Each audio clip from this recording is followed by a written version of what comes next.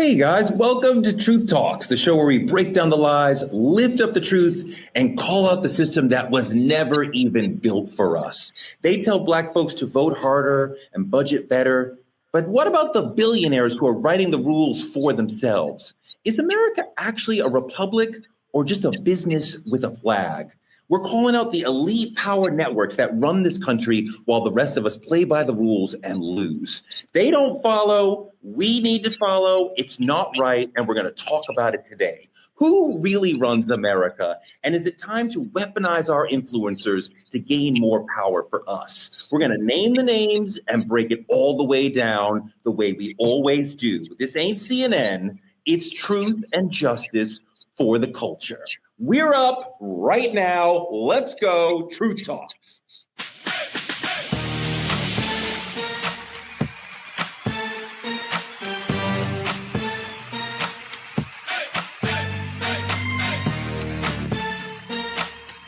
Are y'all ready to roll? Let's go. Welcome, truth tellers, to another amazing episode of Truth Talks. Let me bring in my amazing guest co-host. First, one day off of Father's Day, my fellow co-father, Dimitri Wiley, raising the next generation up right. How are you? I am blessed to be here. I appreciate that lovely introduction. And I didn't get to tell you, but happy Father's Day to you as well, Mr. Torrey.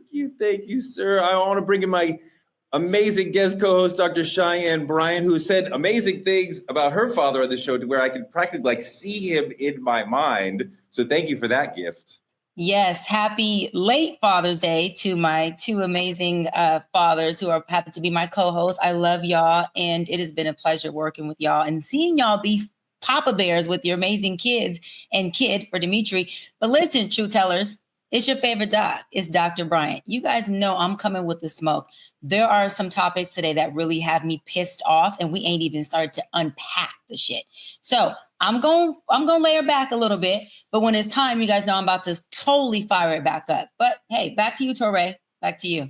We want all that smoke. And with us today, Judge Lauren Lake. Welcome to the family. How are you? Oh, thank you so much. So happy to be here. I am well. Happy Father's Day yesterday. I hope you enjoy your day, and happy Heavenly Father's Day to my father as well. Miss him dearly. So I'm glad to be on, and I'm with Dr. Cheyenne. I'm about ready. Okay. Judge Lake, I see a lot of degrees behind you. Is that an Emmy behind you as well? Yes, sir. Yes, sir. For Lauren Lake's Paternity Court. Best legal courtroom show, maybe. I think that was 2018 or 19. Yep. And you're about to have another legal court show on the air again. Well, now we're going into season 3 on We the People. Yes, syndicated. So excited about that. Byron Allen and the team. So we're really excited for our next season. I love that. All right, let's get into some trending truths brought to you by our friends at the Playpad in Atlanta, the only indoor playground for the community. We super appreciate their support for Truth Talks and what they're doing for the community in Atlanta. So represent for the Playpad. A great place for the kids to go. Look, they finally got open season to kill us? What? In response to Trump sending the National Guard and the Marines to police the ICE protest in LA, a Florida sheriff held a press conference where he said if people in his community are protesting ICE and they attack a police officer in any way, they will be killed. He said law enforcement would, quote, kill you graveyard dead. And when we play the clip of this man talking, your jaw, if you haven't already seen this, your jaw may be on the floor because it is so disgusting and so provocative about if protesters become violent, what they will do, which is deeply American, right? Can we see that clip? If you resist lawful orders, you're going to jail. Let me be very clear about that. If you block an intersection or a roadway in Brevard County, you are going to jail. If you flee arrest, you're going to go to jail tired because we are going to run you down and put you in jail. If you try to mob rule a car in Brevard County, gathering around it, refusing to let the driver leave, in our county, you're most likely going to get run over and dragged across the street. If you spit on us, you're going to the hospital and in jail. If you hit one of us, you're going to the hospital and jail and most likely get bitten by one of our big, beautiful dogs that we have here. If you throw a brick, a firebomb, or point a gun at one of our deputies, We will be notifying your family where to collect your remains at, because we will kill you graveyard dead. We're not going to play. This has got to stop. Wow. It strikes me as kind of gross. Dimitri, does this embolden and empower law enforcement and give them a sort of legal avenue or an encouraged avenue to attack Black and brown people? Because, of course, the Black and brown people at any protest he's talking about are more vulnerable than the white bodies. To me, this has nothing to do with law enforcement. This is seriously just a group of people more interested in fucking lynching Black America. This is exactly what we've always seen it seems like a Ku Klux Klan member dressed in a fucking uniform. He on TV smiling at Black people to provoke them just to get put in the fucking dirt. Like, make it make sense. You can hear it in his voice. He don't even see protesters. Mm-hmm. He see a problem that needs to be erased. He see what America's always fucking saw in Black America. And the sickest part about it is he's sitting there and he's smiling and he knows he's protected by the exact same system he works for. Because when you got a badge in America, Black pain is just part of your job for some reason. Dr. Bryant, what do you think about the way that he's seeming to tell the officers it's okay to be violent to protesters and telling protesters you should be prepared and accept this violence we're going to visit on you? Yeah. So my opinion may be unpopular, and y'all know I don't really give a fuck. I didn't hear that, Torre. What I heard him say was that there is a First Amendment that allows you to a peaceful symbol of a protest. Does not allow you to break the law. What I heard him say was we as officers and law enforcement are here to enforce the law. So if you break the law, which is breaking your First Amendment, then the law will be enforced against you. What I heard him say was if you spit, if you hit, if you point a gun, if you blow up a car, if you set something on fire, those are all laws that you're breaking. He clearly said you have a right to a peaceful protest. He said, I don't mind you. Protest all you want peacefully. That is your First Amendment. Your First Amendment does not include you attacking, disrespecting, or breaking the law on anybody, including an officer. My brother has been in law enforcement for 14 years, and he's out here on the LA streets. If he's out here and somebody points a gun at him, spits on him, or breaks a law against him, my brother has every fucking right to enforce the law. These officers that are out here are not here to be disrespected. They're not here to be threatened. They're here to do a damn job. Protesters are supposed to respect their First Amendment, which is the right that they have, which is to have a peaceful assembly. And law enforcement is there to do what? Enforce the law. I am not condoning police brutality, but I'm also not condoning officers who are out here doing their job rightfully, not the ones who are racist, not the ones who have a horrible intention, but the ones who are doing their job rightfully, to be disrespected in a way that is breaking the law against them. Period. I think that's a really important point, that we should not, and it's ACAB all day, but we should not be purposely provocative toward police officers. Obviously, we should not be pointing guns at police officers. We should not be violent toward police officers. That is obviously against the law and inappropriate in most situations. But what I have found in the real world, I've been to many protests, as I'm sure you have, that quite often it is the police who are provocative in those situations, that the police are quite often the first ones to strike at a Black or brown body.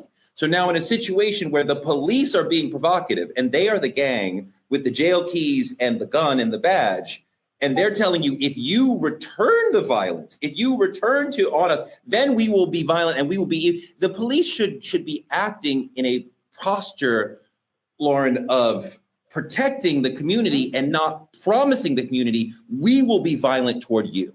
Yes, exactly. And while he thinks he's setting the tone, what I read between the lines was setting the wrong tone, right? As I heard him spew these words, I'm thinking to myself, this is some type of plantation pontification going on here. Okay, this is not how we set the stage. The underlying energy under his words, which is what was problematic to me. No, we do not need to be purposefully provocative towards the police, but the same has to be returned to the public. And what we see too often, and I'm a former criminal defense attorney, and what we see too often is if the police are aggressive, once then the crowd either puts their hands up or tries to do something, then all of a sudden they can claim, I felt threatened, and the next thing you know, it escalates. We have got to do a better job, as Dr. Cheyenne said, protecting our First Amendment rights. However, it requires our police and our sheriffs to be a part of that protection and not the provocation. Let's listen to his video again, because I do want to listen to it. I think Dr. Bryant brings up a great point in terms of he does clearly want to protect his officers. But I think also there is an aggressive tone where he seems to be like a gang member, like, we will kill you. But I do respect what you're saying, Dr. Bryant, as far as his officers should not feel or be threatened when they are on the job. But quite often they are threatening. But let's listen to the sheriff one more time. If you resist lawful orders, you're going to jail. Let me be very clear about that. If you block an intersection or a roadway in Brevard County, you are going to jail. If you flee arrest, you're going to go to jail timed, because we are going to run you down and put you in jail. If you try to mob rule a car in Brevard County, gathering around it, refusing to let the driver leave, in our county, you're most likely going to get run over and dragged across the street. If you spit on us, you're going to the hospital and in jail. If you hit one of us, you're going to the hospital and jail, and most likely get bitten by one of our big, beautiful dogs that we have here. If you throw a brick, a firebomb, or point a gun at one of our deputies, we will be notifying your family where to collect your remains at, because we will kill you graveyard dead. We're not going to play. Judge Lake, he said blocking an intersection. Is that a crime? Because that's something we saw. This is the part. If you try to peacefully block an intersection, we're going to run you down. Now, that's not okay. Come on. That's where the what you're reading between the lines, and this is where it gets super problematic. It's setting up a hair trigger response energy for officers, right? For even the officers to not go into the situation with a level head, with discernment, with trying to evaluate each situation. No, it's already setting officers up like, look, anything you don't like, anything that starts jumping off we don't like, boom, we taking it from 0 to 10. That is not how it should be done. Dimitri. Absolutely. It's the hair trigger responses like you claim. It sounds like the opening words of a Ku Klux Klan meeting that says, oh, we can't get them legally, so we're going to make it legal. And that's exactly what the fuck going on. And people got to listen to how he's describing these things. My big, beautiful dogs, yeah, they're going to bite you. And you're proud of this. You're proud that you can now have access to legally bash on the people you hate so much and get away with it. It's disgusting to me. This isn't protect and serve. This is terrorize and target. That's all this is. And just because you are set to protect, you create the rules that say, I felt threatened, which is also the problem, because all you got to say is, I felt threatened. Now you can whoop everybody's ass out here. We're talking about death. Like he's talking about killing people. This is insane. Insane. Yeah. This is my thing, right? When we're doing protests, right? And as NAACP president, I have organized protests with law enforcement. The point of protest, that's why it's a First Amendment.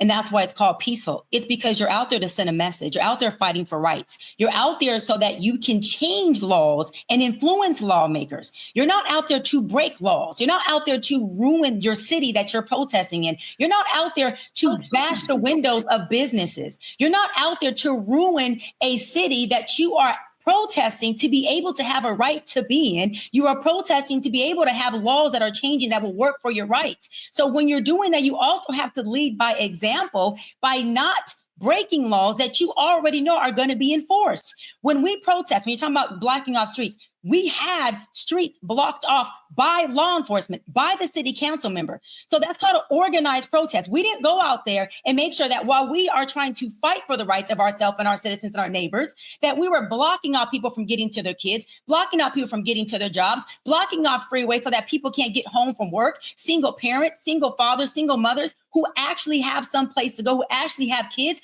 There has to be a duality of understanding that, yes, protest your freaking butt off. I am for it. I've been out there as NAACP president, protesting, organizing it.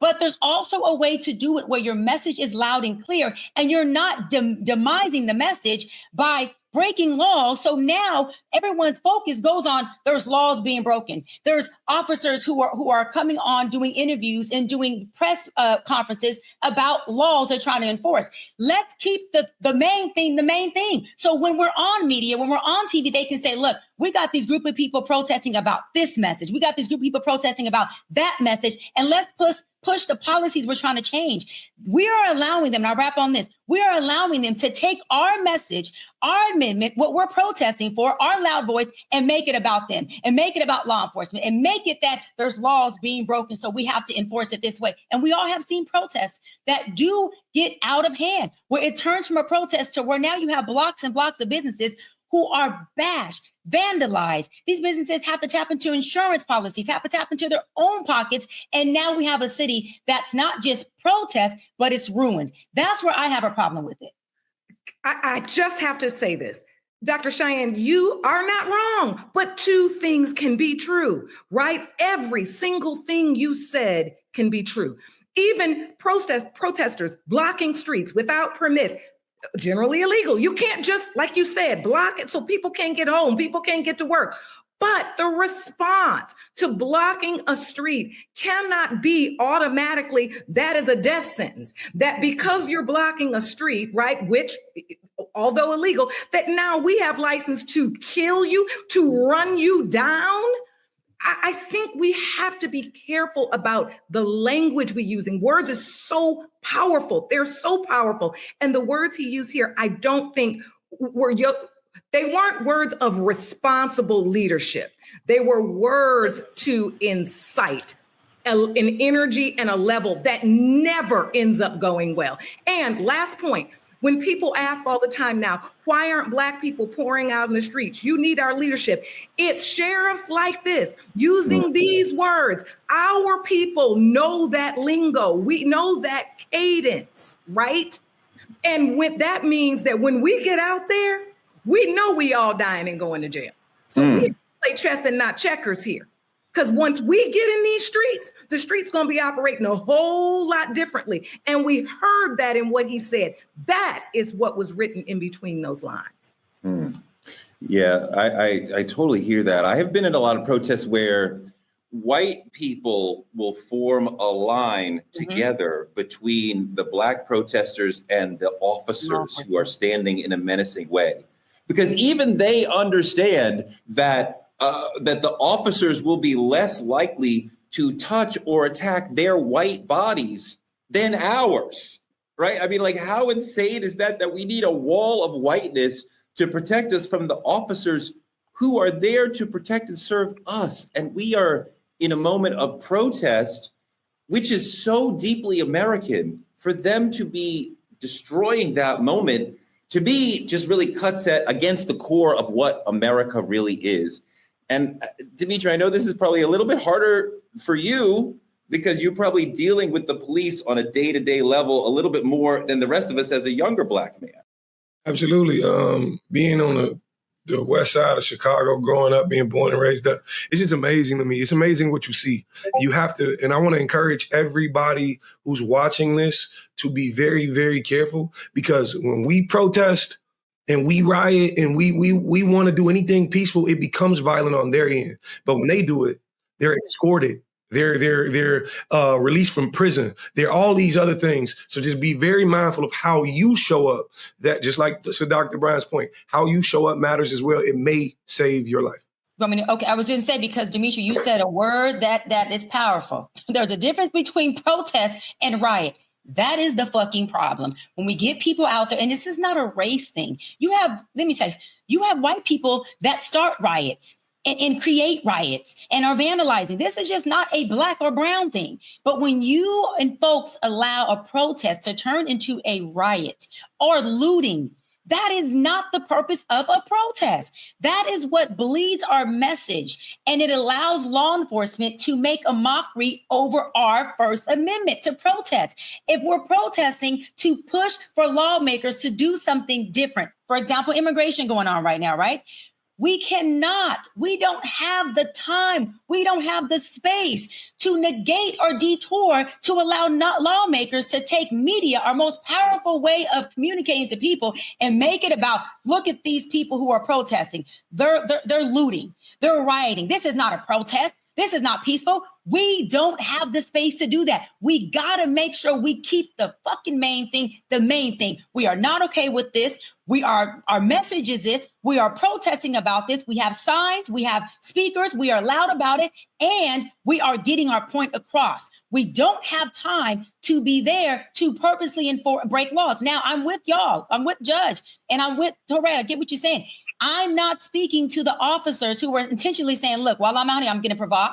I'm going to be racist. I'm going to push the throttle. I'm going to rub it in their face. We understand we have some that are like that, but we have to make sure as people that we are pushing our message, that we have our eye on the prize, that we are doing things so that they can't and don't have a reason to take away more of our rights than they've already taken away. That's my point. Because looting and rioting is not a protest. It's not. No, I appreciate the point. I think you're right that looting and rioting is not usually part of a protest. There is a value, some situations, for the community to engage in property violence, but there's way too often that we have thousands of peaceful protesters who are purposely provoked by the police, who understand exactly what you're saying, that the violence seems to discredit protesters. So the police officers are purposely provoking them into violence. So then media shows clashes between police and protesters rather than talking about the protesters' actual message. The police are using violence to discredit the protesters, right? So we shouldn't have violence, but we shouldn't have police creating the violence in these situations.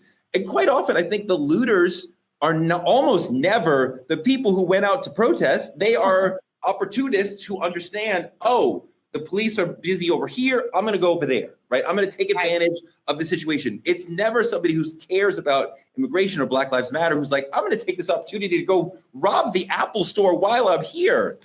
And there are absolutely paid professional agitators, quite often sent in by law enforcement. We have identified this in Ferguson and in other places where people who are not part of the protests will be breaking windows or creating property violence, property damage in order, again, to discredit the protesters. Why weren't they talking like this on January 6th? That's part of what you start to wonder, that when it's white people mobbing and rioting, that is understandable. But when it's even the promise of Black people, and this isn't even like a BLM protest, this is a protest against Trump in general. If my Black ass, I'm sorry. Go ahead, Ms. Lee. Go ahead. You do it. Oh, no, I just had to say, where was this entire argument on January 6th? We still to this date in 2025 ain't heard nothing about how all of the insurrectionists on January 6th should have been mowed down, dead. You can't go looting. It clouds your message. You can't be a riot. You can't block a street. You can't invade the Capitol. You can't threaten to hang the vice president. Like, nobody putting down the law on then. Where was Mr. Plantation pontification on over there? Okay? Where was he then? I didn't see him. But I guarantee you, if my Black ass was out there, I wouldn't be sitting right here right now. That's a fact, because it's less about what you do and more about the color of your skin. You know what happened? What you do is about who doing it. And you know what happened was Trump pardoned the folks that were at the Capitol. He didn't just say y'all ain't gonna get run. And this is why I said on one of our episodes, Torre and Demetria, I don't know if y'all remember, I said the real niggas was them niggas at the Capitol. See, niggas ain't a race. Them was niggas. Them was gangsters. Those were thugs that were at the Capitol when they want to talk about who niggas are. That's what it was. But hold on. But in Trump's in his perspective, he's pardoning all the niggas. I hope y'all get what I just said about that, because he's still doing that in his mind. In his mind, he's still pardoning all The niggas. He's pardoning the people that like him. Like that is, it's the alignment, right? When your violence, your intention align with my value, then it's okay. That is subjective, not objective. And police and sheriffs should be operating under an objective standard of reasonable deadly force. Do I reasonably, as a police officer, feel like my life is in danger? It was reasonable on January the 6th to feel like the vice president's life was in danger. Nancy Pelosi's life, people's lives were in danger. It was reasonable. And yet nothing was said. I mean, at a certain point, I'm gonna calm myself down today because I'm wearing my little yellow jacket and I'm getting hot. It's a sweater material. I'm gonna calm myself down, but it's an insult on our intelligence, right? It's almost like you're seeing a blue sky and somebody's telling you it's purple. And it's how long you gonna sit and argue about a blue sky when you know it's blue and they trying to tell you it's purple? We already know what the deal is. That's why when you get up there talking about what you gonna do if anybody steps out of line, we already know who you wanna do it to. Yeah, see that part, because Black protest, especially in the last decade, has been incredibly important and valuable for Black people. 100%. The George Floyd situation would have been swept under the rug, but for people going out in the street and saying, no, not this time.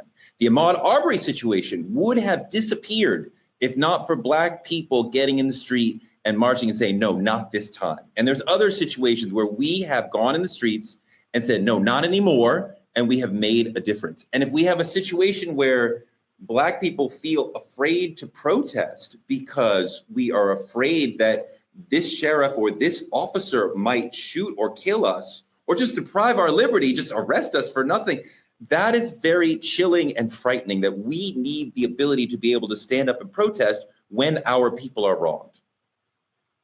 All right, let's move on to politicking. Another wild story. The new mayor of Tulsa, Oklahoma, Monroe Nichols, has proposed a $105 million reparations plan for the descendants of the 1921 Tulsa Race Massacre. This plan, which he calls a road to repair, involves some good things: establishing a charitable trust to provide funding for housing, scholarships, and historic preservation in the Greenwood District, which was the epicenter of the Tulsa Massacre. The plan focuses on community redevelopment. It does not include direct cash payments for descendants. It's been over a century since insurrectionists burned Black Wall Street to the ground. Look at the horror.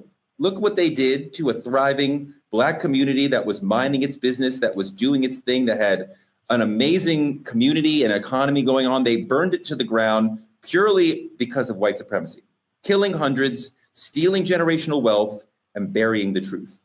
Mayor Nichols has proposed $105 million, and he calls it a reparations plan. But if we're not paying the people, what are we talking about? My man Godfrey had a lot to say about reparations on DJ Vlad's show. I love Godfrey. He's funny, but he's also smart. So let's look at this. It's a long clip, but I really appreciate what Godfrey is talking about here about reparations. I want to get into it and then talk about reparations and Tulsa on the other side.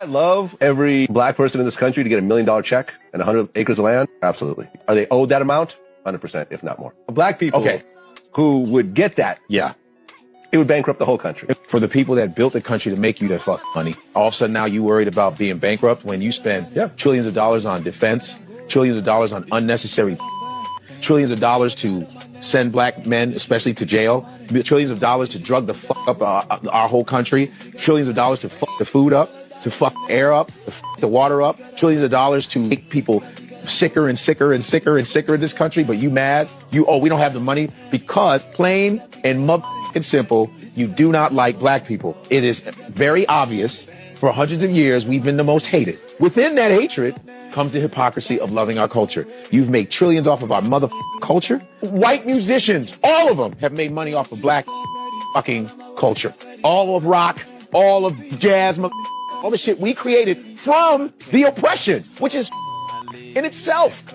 The oppression and the fucking abuse and the rape and the putting down of us, we create blues, jazz, rock and roll, reggae, ska, We invent all of that shit. And to top it off, we invent all the mod that you all use. From the video game cartridge, Henry Lawson. We got the pacemaker, Otis Boynton. We have the late Dr. Bath, who created the laser eye surgery. We have Dr. Gladys, who's still alive, who's almost 80 years old, who created GPS. We have the guy who created the algorithm for Instagram, who's a 21-year-old Ghanaian kid. We've done all this shit. Then the internet was discovered by a Nigerian guy in the 80s. Like, we've done all of this innovation, even though we've been shit on and continue to be shit on every motherfucking day, right? Because nobody wants us to live anywhere. Nobody wants us to have this unless we're playing sports for them athletically or sexually satisfying. All black people are good for. We're supposed to be at people's beck and fucking call when they want us to entertain them or make them some kind of money. But if we ask for being autonomously wealthy on our own, being autonomously having our own shit, all of a sudden everybody pitches a bitch. Everybody has a fucking hissy fit.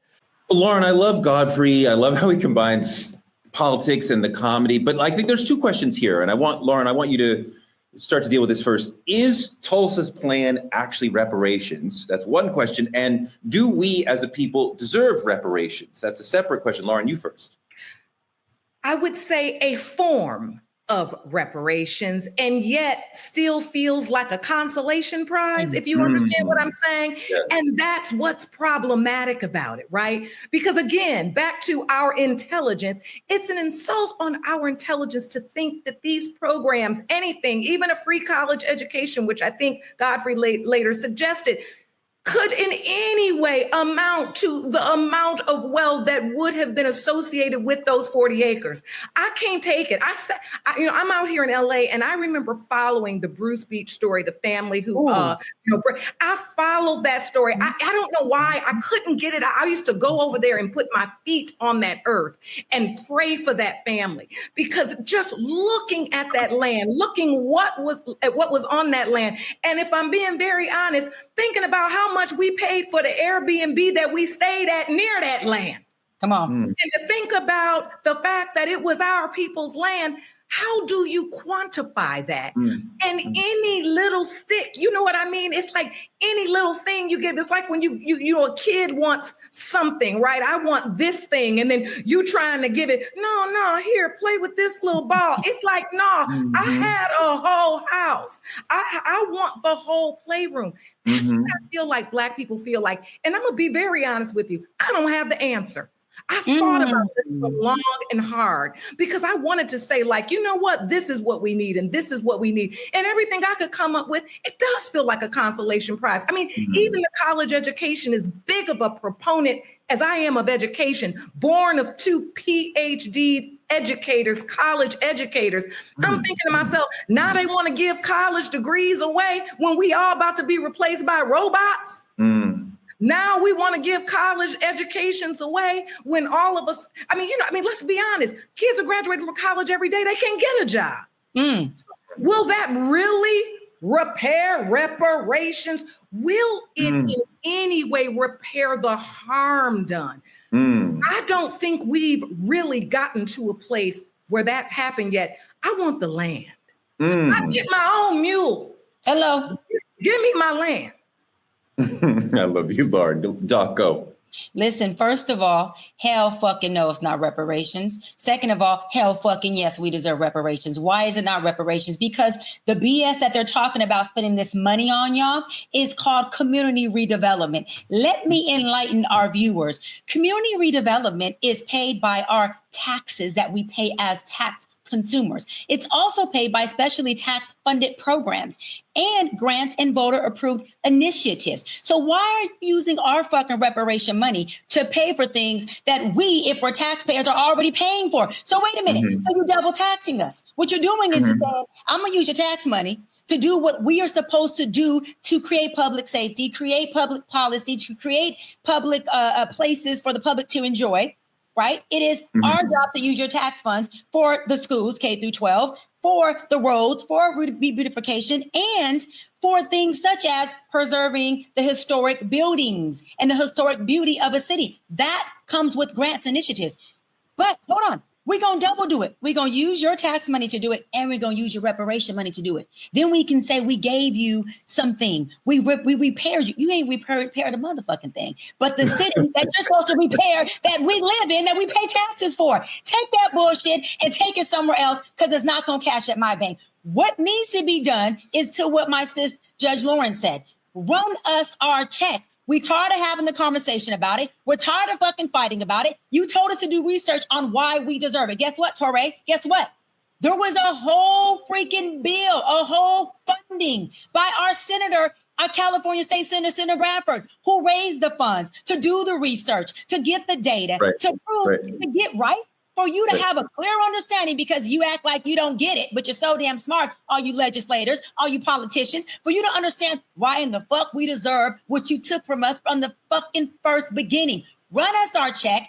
Listen, like my sister, it can be in land. You can Cash App it, Venmo it, or Zelle it. Run us our check, okay? But what we don't want is for you to beautify our cities when that is what I as a taxpayer pays for. No, I don't want it.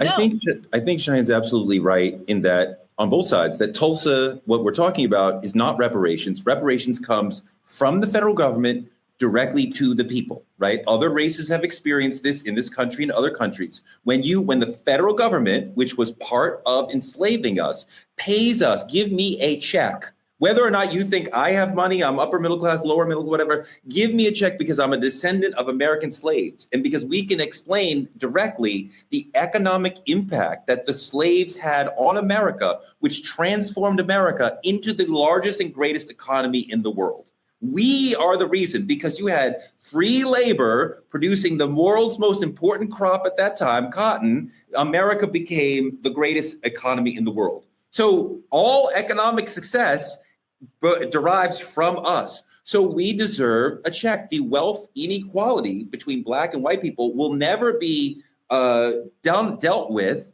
until you give a direct cash payment to us from the federal government. You're right that Tulsa is saying, we're going to use your tax dollars and call it reparations.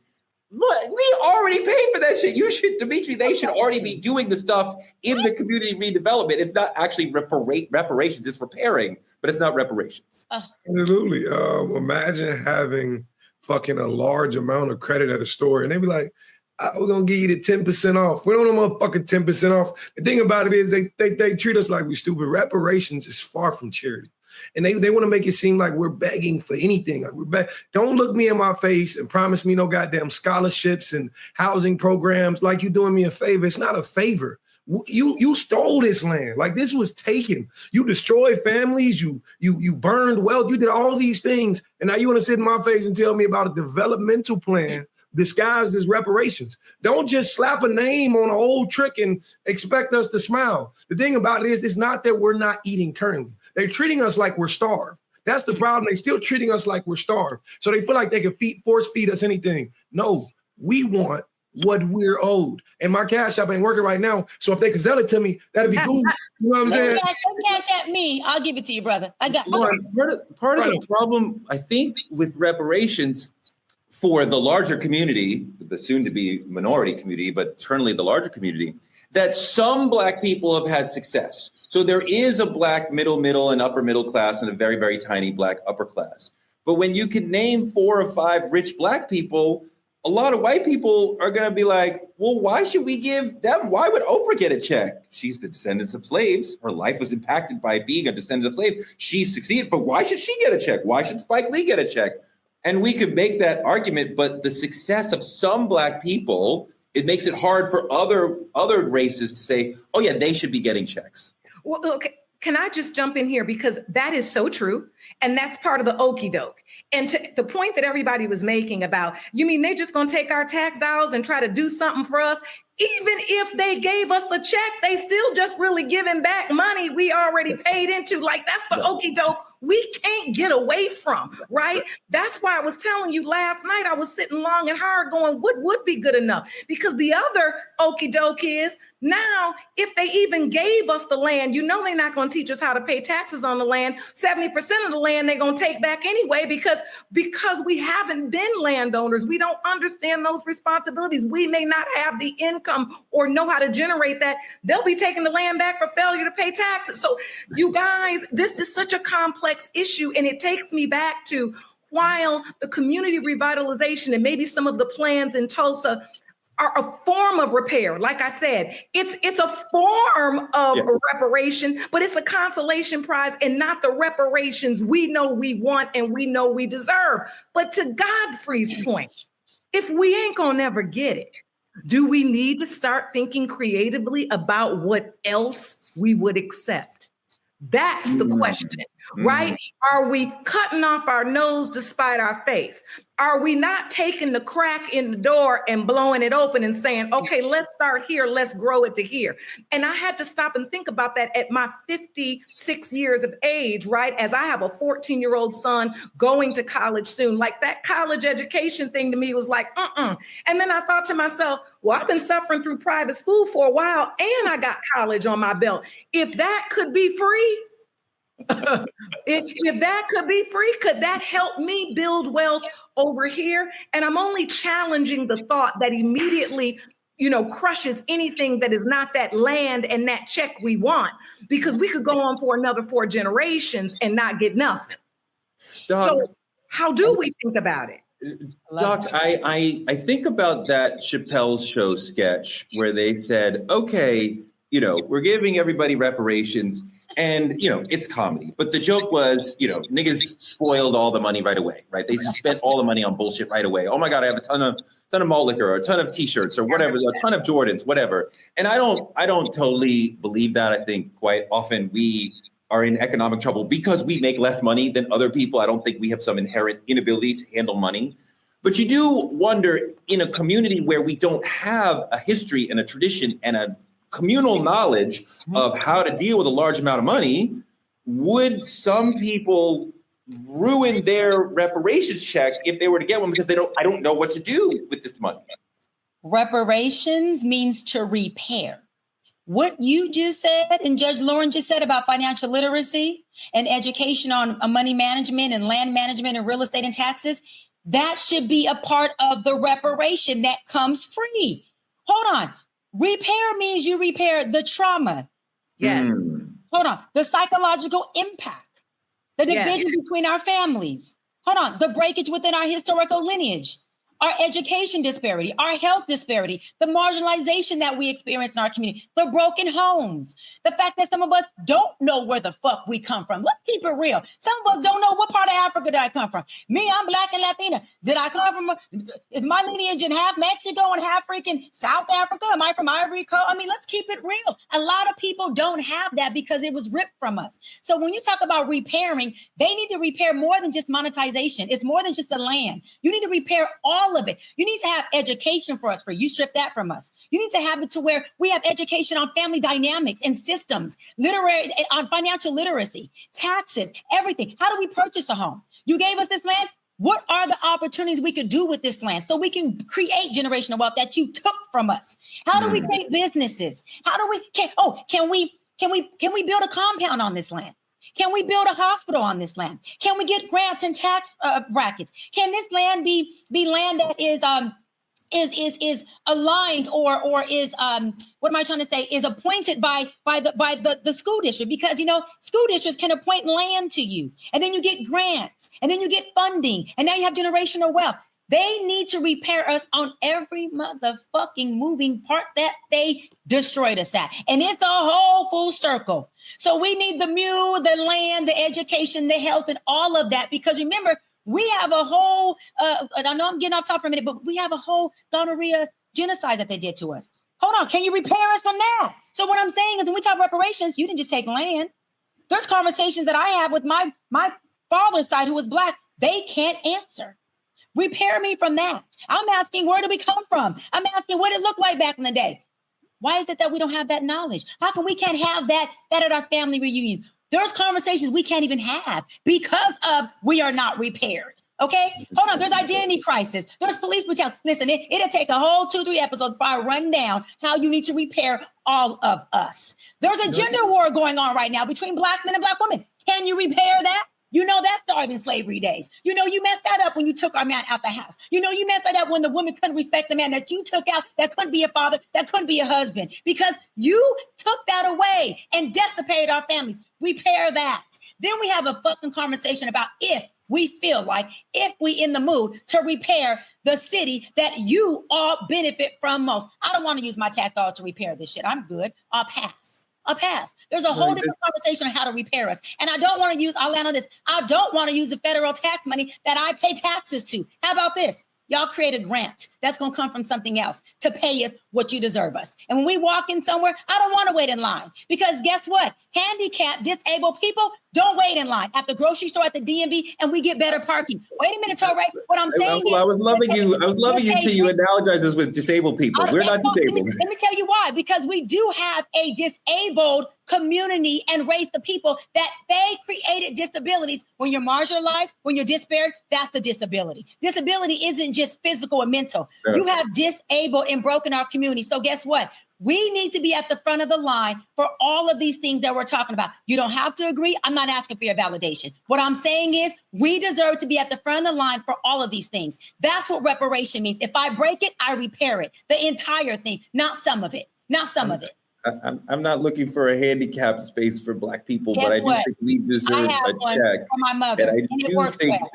I do think that it is clearly morally owed to Black people that you ripped us from another country, you worked us for hundreds of years, you extracted so much wealth and labor from us for free. I don't even think about the 40 acres. I think about the hours that my ancestors worked for you for free. And let's start to figure out like what that is and how much wealth they generated. And then talk to me about paying me that. And I saw in the Godfrey interview, DJ Vlad's little question, that would bankrupt America? No, it would not, sir. No, it would not. We have trillions that we spend on defense. We could spend some money on the Black people in this country that we wronged, who continue to be wronged because of slavery. Okay, that was fantastic. So to Teray's point, can you ask them to tell us where we all send our timesheets at? Where do we send our timesheets for these hours that you're talking about? Where's the timesheet department at, Judge? Where is the timesheet department? Where is it? Let's move on to our main topic. Who the fuck runs America? They say we're in a democracy, but who is it for actually? In this episode, we're going to strip away the bullshit and try to figure out who are the real power players pulling America's strings, from billion-dollar lobbyists and shadow donors to Ivy League gatekeepers and corporate overlords. Who really runs this country? And is it time to weaponize our most powerful influencers? Now, there is a version of this question that you may learn in school about the separation of power. And I want to run a little video about that and talk about how that relates to who really runs the country. Can we see that video? You know, I start tonight by congratulating the 118th Congress. Who runs the U.S. government? Well, if you ask Hollywood, it's pretty clear. The president. He's meeting aliens, fighting off terrorists, and defusing bombs. But the reality is a bit more complicated.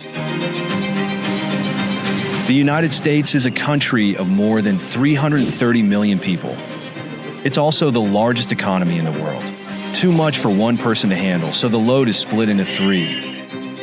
First, you have the executive branch, which is the president and his secretaries. Then, you have the legislature, which is the U.S. Congress, and finally, the judiciary, which is the Supreme Court and its lower courts. Together, they run America. So that's an idea of it all. Now, we know the real decisions are made behind closed doors by people we didn't elect, and we cannot hold them accountable. So we have a system that was never designed to care about us, that we are not part of, that controls us. So we want to talk about how wealth, whiteness, and legacy networks decide who gets freedom and who gets crumbs. And is America a republic or a business with a flag? Dimitri, in a world of lobbyists, legacy wealth, backroom deals, we have more Black billionaires than ever, but it seems we have less political power than ever. So who do you think really runs America? And I want everybody to really dive deep on that question and keep it real. Who is the real power in America?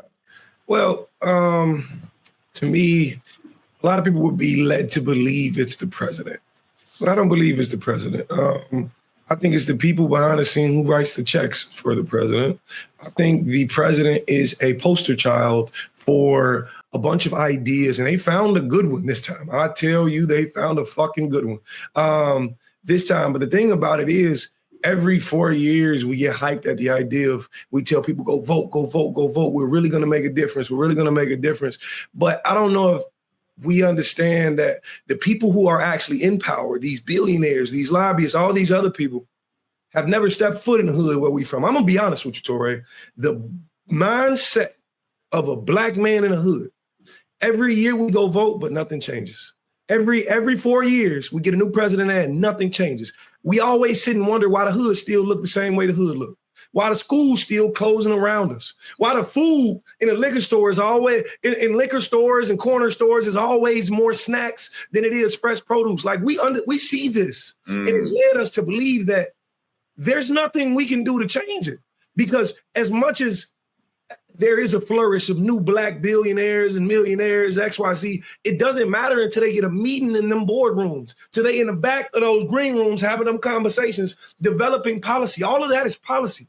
And we've understood in the hood, that's a policy that our vote just isn't going to change, because it's not about who's in the White House. It's who's funding it. That's all that matters. Lauren.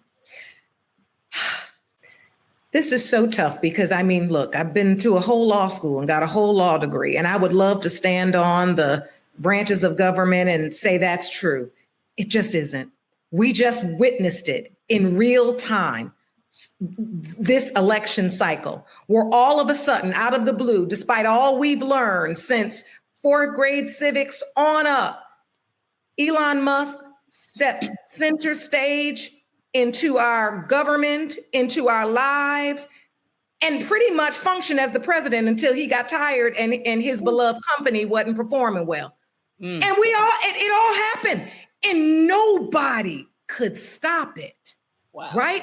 Nobody could even stop his control when he decided to get a little yappy and snap at the person who holds the office of president, right?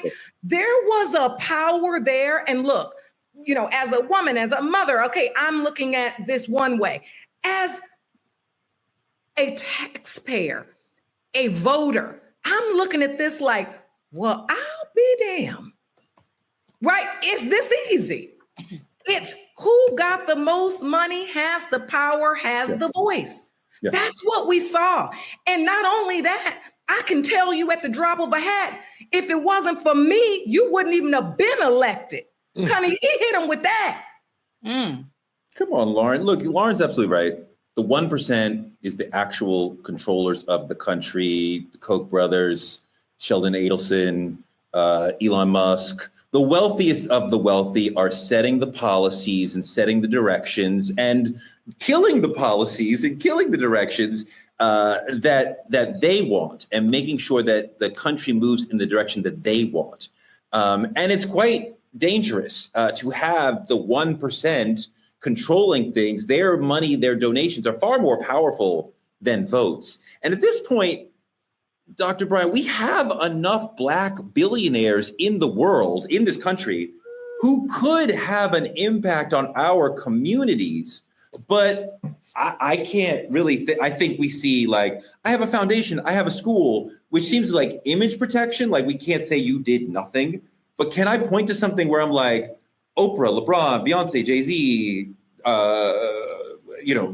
Byron Allen, they did this that changed America. They came in and they changed Flint. They came and they made a Black town. They completely changed. What have they done? Nothing. They have not done anything significant for us.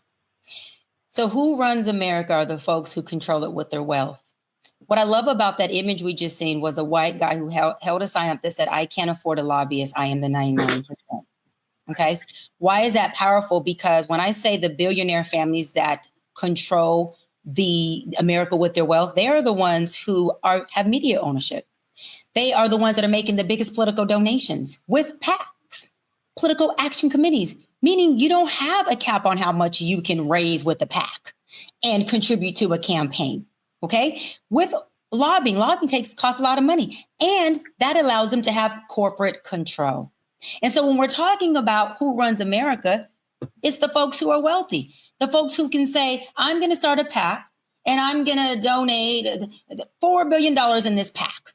Okay. And give this to the president that's in office. I'm going to give it to the state legislator because I'm going to need you to write policy that allows me to develop and do things in your jurisdiction, in your state, in your city, or in the nation at a level that allows the corruptness that I'm doing to be legal because I got you to be able to write policy or legislation that works for what I'm doing right now. And I only need this policy to last for a year or two until the project I'm working on has made me billions.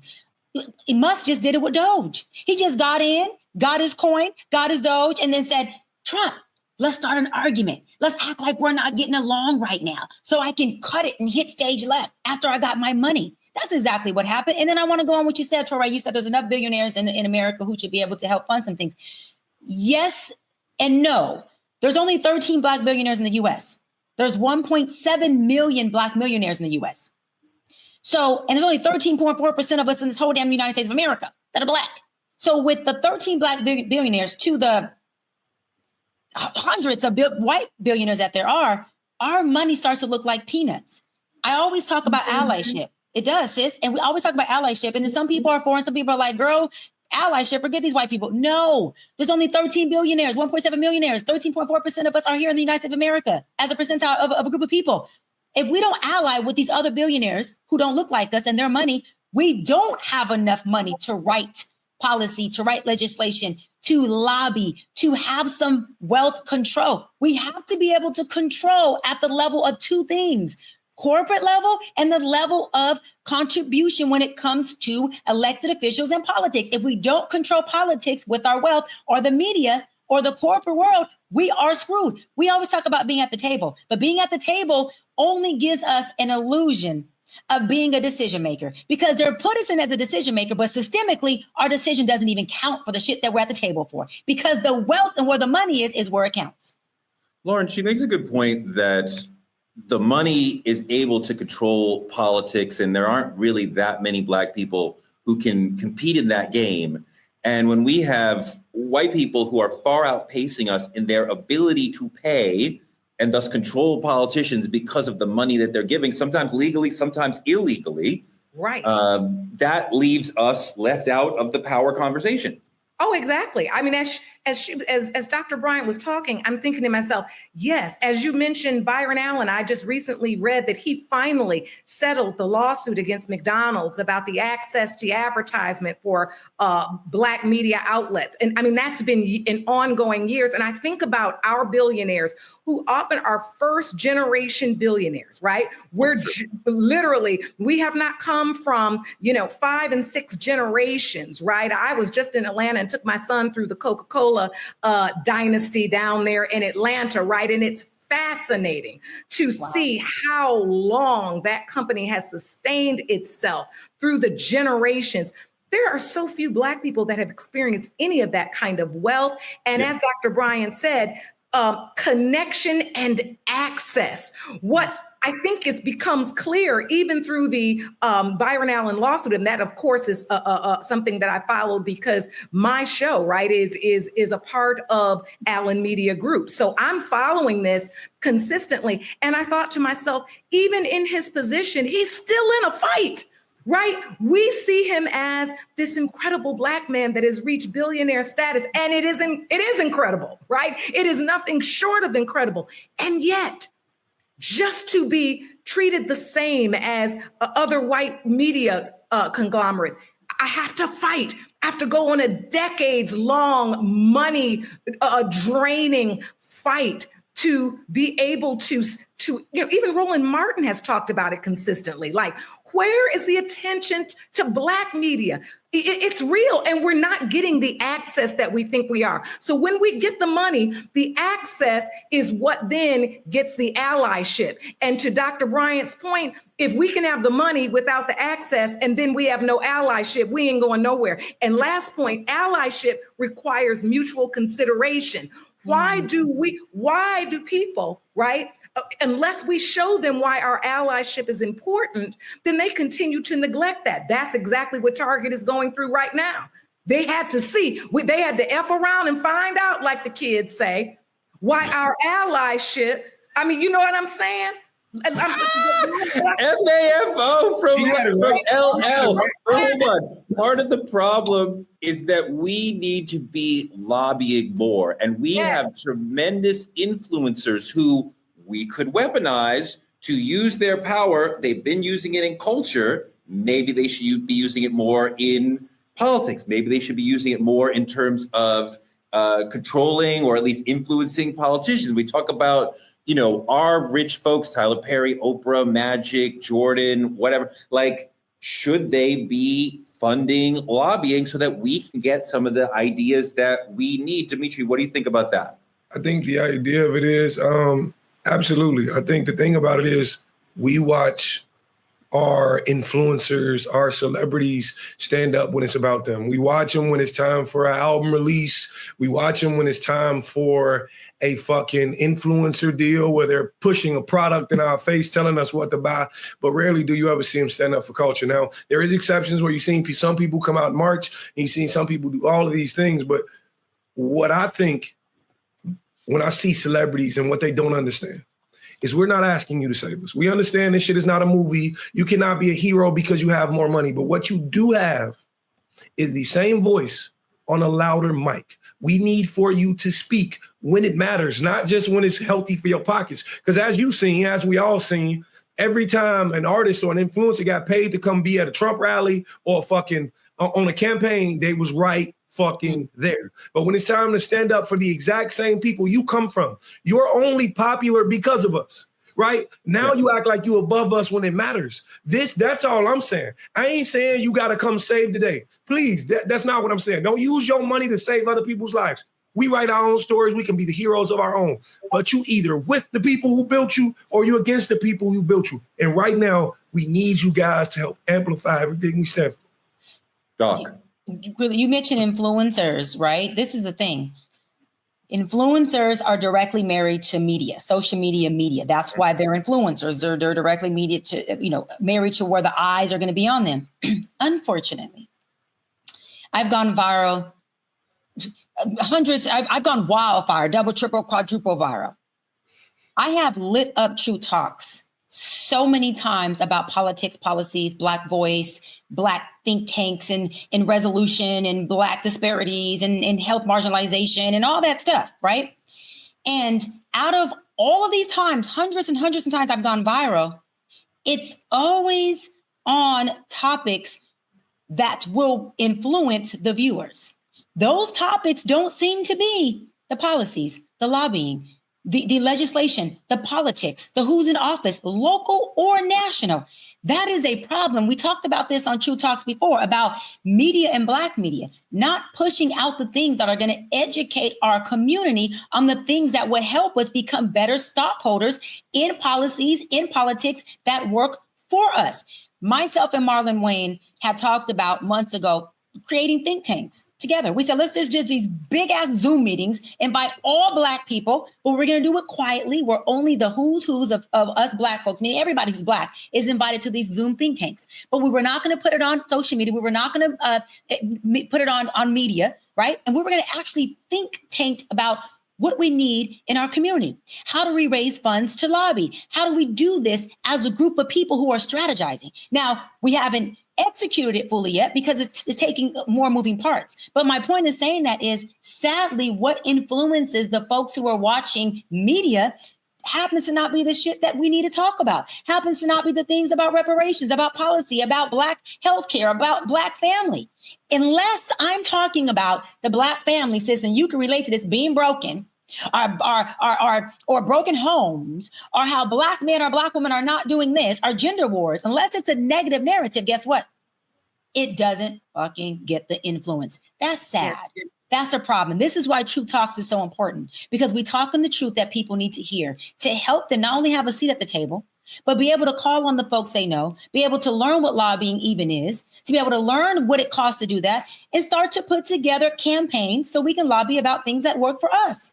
There's two sides, though, I think, because Trump and the right have somehow begun to understand culture and influencers, and there's your Aiden Rosses and these other white boys who are using their podcasts and their platforms, and these clowns, Miller and Bannon, who are able to speak to their community in a way that they understand.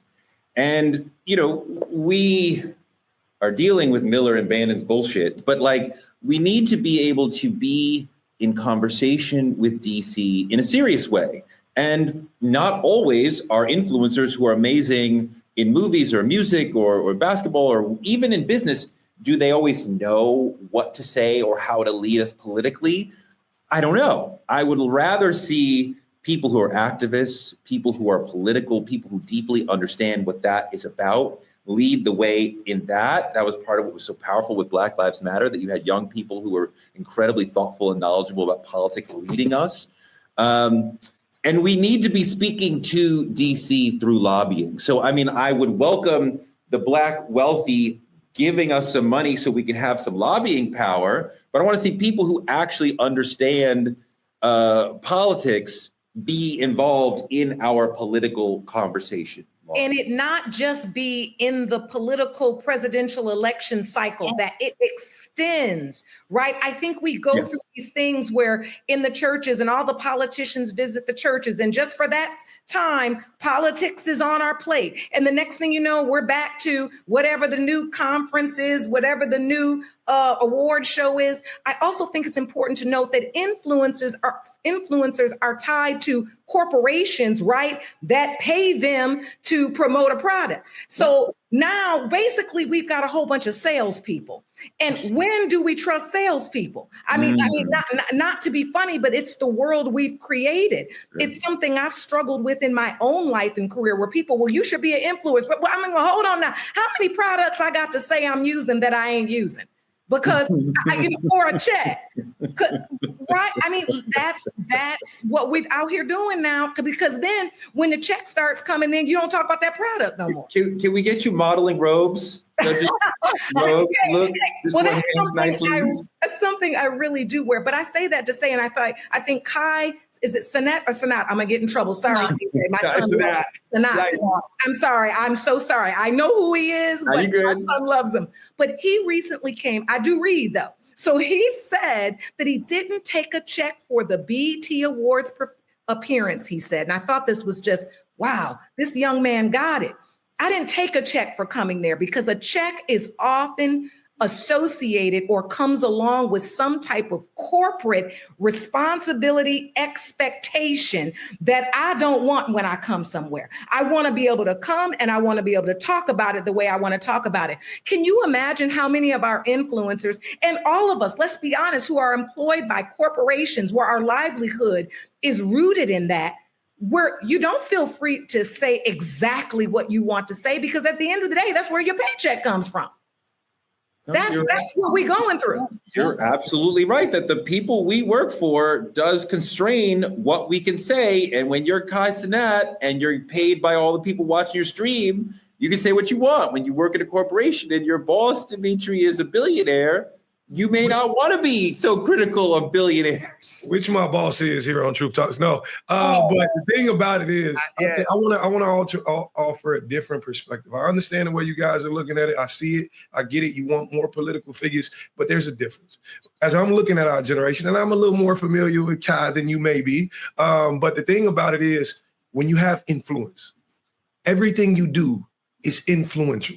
Okay, so what I mean is, you don't have to go viral with a post.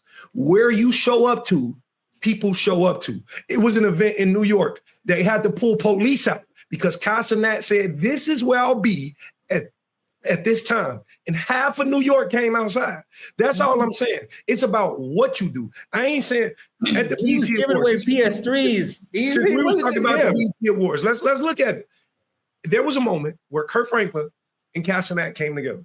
Mind you, Kurt Franklin is, of older age, and Casanat is almost technically still a kid. But they came together, he hugged him, and he said, Uncle Kurt. It's about the connection between the two.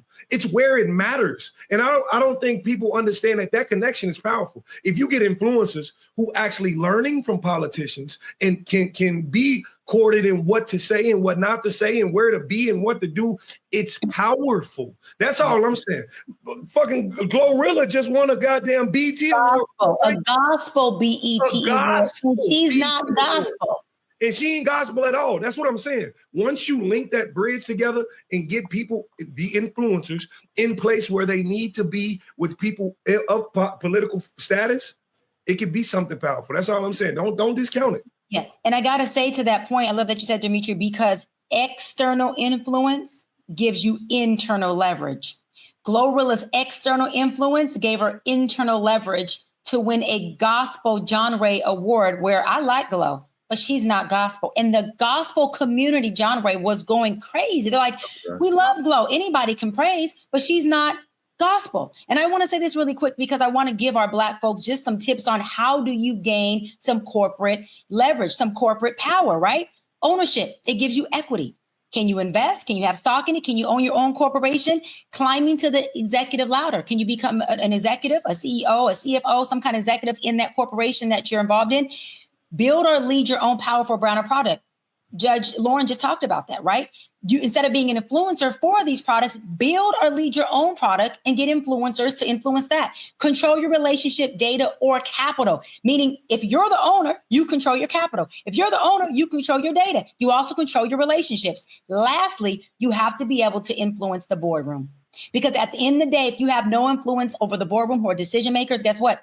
You have no fucking influence. And we have to learn how to do that and learn that once I influence a boardroom, that gives me external influence. I then have internal leverage. Let me learn how to use my internal leverage to work for the people who I want it to have the most impact on. I also think that if you feel like that's a little above that great advice is a little above where you are, we can also think about finding folks in your workplace who are a little above you in terms of seniority and trying to get mentorship from them. And you don't even have to use the M mentorship word. Just ask them questions about how does one move up? How do I get up to the next level? Yep. And they may, if they're a friend, they may be willing to or able to give you some advice, some actionable advice that helps you start to move up. Because sometimes big leaps are hard, but small leaps up the corporate ladder or up the ladder at wherever you're at can be very helpful repelling your career if you can find that person who loves you enough and cares and respects you enough to give you the advice you need to keep moving up. That's our show for today. Oh God, I'm so sorry. Before you go, I just had to say what you said was so important, overt and covert operations at the same time. We can't forget that we can work within the system and also outside of it. I think what you said was so powerful. I just wanted to echo it because I was so glad you said it. Thank you. When I was coming up, I got so much out of like going into somebody's office and being like, hey, how do I get to be a little bit more like you? And asking questions upward, especially if you ask, this is for Dimitri, if you ask older people for their advice and wisdom, oh my God, they want to tell you. I'm going to text you now, Torre. I'm going to text you now. Especially the ancestors. Ancestors have the most wisdom. Ancestors have the most wisdom. I'm going to text Torre right now. And they got the insight. Think about our ancestors. While there was a whole enslaved people planning revolts, there was also someone working in that house that knew every move of that house to let you know when to run. It's both working in concert. So, Lauren, I love that you said that. What Doc was doing was insulting us by calling us. Not her. We are the ancestors living here right now. Oh, that's so funny. But you know what? I'm proud to be an ancestor. I'm 56. Hey, you ain't no ancestor. You a fine auntie. Torre is an ancestor. He was either telling people when to run, how to run, or he might have been a house nigga. But he was definitely, he's Never that. Wow. Wow, I never got called a house nigger by someone lighter than me. Okay, here we go. That's our show for tonight. Like, comment, and subscribe on our YouTube at Truth Talks Live, and continue to watch us simulcasting right here, Black Star Network. Roland Martin Unfiltered comes before us, and then Truth Talks. That's your evening schedule right there. Don't forget to support Black media at Cash App, Truth Talks Live, or any of the links that you see on the screen. We got to thank our supporters, Juanita Mahdi, Kyla Carr, and Benjamin Gobes, for their weekly cash support for Truth. Thank you so much. And if you want to be in the credits with Benjamin, Kyla, and Juanita and get talked about on the show, and maybe get a chance to be on the show one day, then hit that Cash App, show us your love, and help us keep this show going. You can also support us by advertising with Truth Talks, like our friends at the Play Pad in Atlanta, Georgia. We super appreciate their participation, their support. It's an amazing indoor play space for the community, for the culture. So take your kids there and have a good time.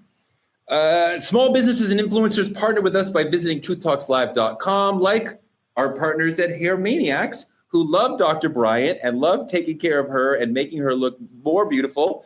Their product is like, it's not just a hairline, it's a lifestyle. Doc, tell us a little. Honey, must I say more? Say less. Must I say more, honey? It looks nice. Come It's on. shiny.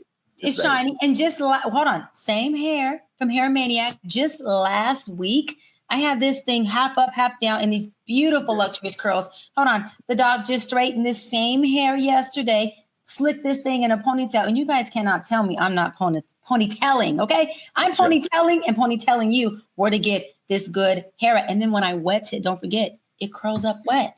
It matches my texture. Like, hello. Come on. Anyways. I'm back. I'm back to it. So you can manipulate it like real hair, like oh my curly, God. straight, And look whatever. how, hold on.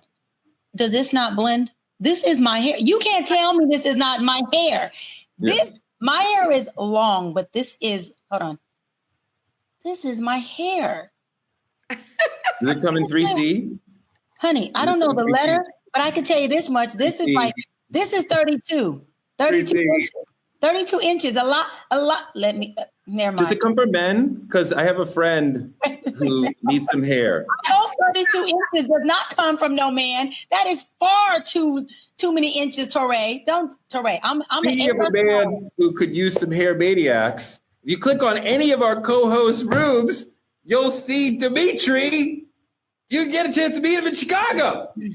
I'm here. Come see me, girl. Hey, who donated? Juanita. Get on, girl. You better get on over there. You better, hey, don't let me. I'm sorry.